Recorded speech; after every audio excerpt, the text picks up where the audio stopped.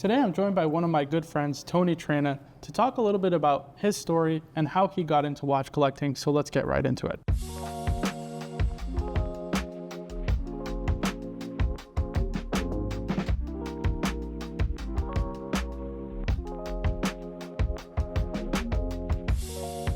Tony, thank you so much for joining me today. I really appreciate you taking the time. Marco, thank you so much to you and to Birdians for having me. You've been doing a lot of great stuff with the channel, so excited to be here. Absolutely. So you're a former Hodinkee editor, now part of your own newsletter with Rescatement, which is an amazing read for those who don't know. But for those who don't know your story and your journey, maybe talk a little bit about kind of how you got into watches, all that kind of stuff, and where people can follow you. Right. So kind of like you, I got into watches first as a passion, a hobbyist, enthusiast, started buying and collecting on my own. I had inherited a few of my dad's or grandfather's pocket watches and wristwatches, but then it really came for me when I was looking for a nice watch for my wedding, actually, a handful of years ago now. I ended up buying a Nomos Glashütte watch. I know you're a big fan of German watchmaking. Yeah, sure. And from there, I kind of really fell into it, discovered Hodinkee and everything else around watches. Got into vintage watches, especially the stories and all of that behind them and the enduring quality that watches can have. And from there, I was an enthusiast at first, like I said, but especially during the pandemic, a little bit before, I really got into writing, photographing, taking it a little bit more seriously as almost a profession. So that led to me freelancing for places like Hodinkee and GQ and elsewhere. And then eventually, about 2.5 years ago, like you mentioned, I joined Hodinkee full-time as an editor. I should mention before that, I was actually an attorney and doing all of that watch stuff on the side whenever I could, like a real passion type of thing, nights, weekends, whenever I could find a few minutes to write a deep dive article about vintage Rolex, Cartier, whatever else. And then joined the hobby full-time, or the industry full-time, in 2022, I believe it was, and then left Hodinkee about a month ago to sort of focus on doing my own thing independently, as you said, relaunching my own newsletter. I'll still do some freelance work for other outlets whenever it makes sense, but primarily focused on my own independent newsletter called Rescatement. I'm going to rebrand it, but if you follow me on Instagram, Tony Traina, or unpolishedwatches.com, that's where you'll find me. And of course, we'll put all the links down below if you do want to give him a follow and check out his work. He has a number of insightful articles talking about modern vintage watches, the watch market, auction market, all that kind of good stuff. Obviously, your center is more so geared towards vintage. What is it about vintage watches that really entices you? So I think for me, first it was the storytelling aspect of it. I think it sounds like kind of a cliche, but there's a story behind every watch. But beyond that, it's like the enduring quality of them, that these things can be, some of the watches I brought here just as examples, 40, 50, 60 years old. Even this swatch is 30 years old. The enduring quality of these things, if they're well made, if they exhibit some craftsmanship, they can be things that you enjoy for your entire life, or things that you can hand down. I think that's it's really cool, and it's something that doesn't describe a whole lot of the objects that we buy nowadays. Yeah, for sure. I'm more of a modern watch collector myself, right? I'm really into modern watches. It's mostly what I sell, just because also it's, I would say, my forte, right? What I know. We have, for example, a vintage Rolex Explorer 1, a 1016 Explorer, and you compare that to, a 214, 270, 224, 270, or any of the really modern Explorers. It really lacks the charm, I would say, that the 1016 has, for example. Look, I'm not going to completely knock modern watches. There's some I like, many I like. Actually, the modern 36mm Explorer is probably one of my favorite Rolex watches. A lot of that comes down to size, if I'm honest. You're right, some of the charm is lacking, but the enduring quality that a modern Rolex could have, I'm wearing a modern Tudor right now, that a modern Tudor can have, is still appealing to me. And when you see those qualities that I was just describing about vintage watches and modern watches, those are the types of ones that I gravitate to. And it does sort of carry over in, we mentioned the Glashütte you're wearing. You do see it carry over in some of these watches. So those are the ones I am drawn to on the modern side of things. For sure. There's a ton of brands, I would say, that really have given a flair for, I would say, vintage designs, but made kind of in the 21st century, right? And I think that's something that's obviously very prevalent in the watch industry today. I guess my next question to you is, what are some brands or some kind of key model lines that you find really interesting or that are grabbing your attention from? Yeah, I'm wearing my modern Black Bay 58. The Black Bay line has really defined Tudor for 10 or 15 years now, but I still really like it. And it was one of the model lines that got me into heritage and vintage. It started with Tudor and then went on to Rolex and Jaeger-LeCoultre and Cartier and all these other watches. But brands like that did a really good job of pulling their heritage forward in modern watches, I think, are really important. That said, it's nothing was worse than sort of a boring reissue, and we've seen so many of them over the past 10 years. So I like watches that are pushing it forward a little bit more, and I think we've kind of seen too many heritage reissues at this point. So the ones that are doing a little bit to pull the history of their brand forward and tell a new story are the ones that are most exciting to me. Yeah. And I guess, what is it about watches in particular? Is it kind of dial, case, movement that really interests you? Is it the story behind the design? Well, are there any specific aspects that you look for, versus, I guess, a good watch that you want to add to your collection versus something that you maybe feel is a little bit boring or played out kind of thing? I would say, like, in vintage watches, I really liked the size initially. I'm a smaller guy. I like smaller watches. So I do think a lot about how the case looks, how it wears. When it comes to vintage watches, has it been over-polished to the extent that you don't really see the original lines and shape and architecture of the case? These are things I really look at. I do think about the case a lot. Obviously, the dial is the face of the watch, and 90% of the value of any watch probably comes down to the dial. But I like to think that I'm always looking at not only the condition of the case, but also just like the ergonomics of the case and how it wears on my wrist in particular. I've become pretty picky about as well, whether it's a Reverso or a vintage Cartier, modern Rolex, Tudor, whatever else. I do think about that a lot too. Yeah, for sure. And it's one of those underrated aspects, right? When you think about a watch, you think dial and movement is what 90% of collectors kind of look at, right? What's the movement powering the watch, and what's the actual watch look like? Are the aesthetics good? But case making, bracelet making, all that kind of stuff is so neglected in the watch world today because I guess it's a lost art, right? It just isn't as focused on by especially major brands. Yeah, bracelet making especially, you just don't see a ton of. I mean, there's a few iconic bracelets, obviously.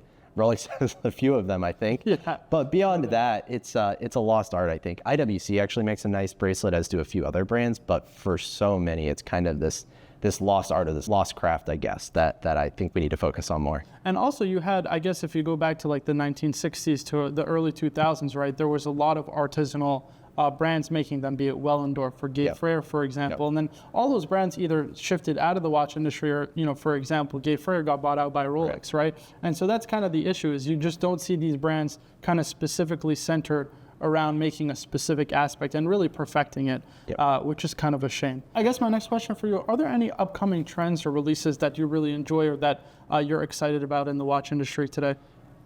We were just talking about cases and case shape and how they wear. There's been a lot of talk about design in watchmaking really taking a step forward as people look beyond just the movements. And I think that's been exciting, but the one thing that's been missing for the most part is when people are looking at the design or case shape of a watch, too often the sort of movement inside has been forgotten. So I'm still looking forward to brands, watchmakers that are looking to do exciting things with their movement, make maybe shaped movements or at least movements that match the case that they're doing a little bit better. We've seen a lot of these more shaped watches come out in the past few years, but oftentimes to accommodate that, they'll put in these tiny little movements that are, you compromise some things when you're doing that. So I want to see the design trend that we've seen over the past few years kind of meet with the advances in watchmaking we've seen before that, kind of meld a little bit together in the products. And I think there's some brands that are working on that, but I'm excited sort of about how those two things might converge in the next few years. Absolutely. And we see that in your collection, right, with the Tortue and as well the vintage Reverso. What is it about, I guess, non-round watches that you find so appealing? I know, I didn't even do this intentionally, two round and two shaped, but right? I think to me, a few brands have perfected the round watch, the Rolex Oyster case being one of them, but there's only so many round watches you need in a collection. I've got the Tudor, I've got the Rolex, the Swatch.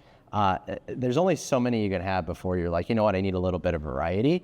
And I wouldn't collect just shaped watches or just round watches. I think you need a little bit of variety.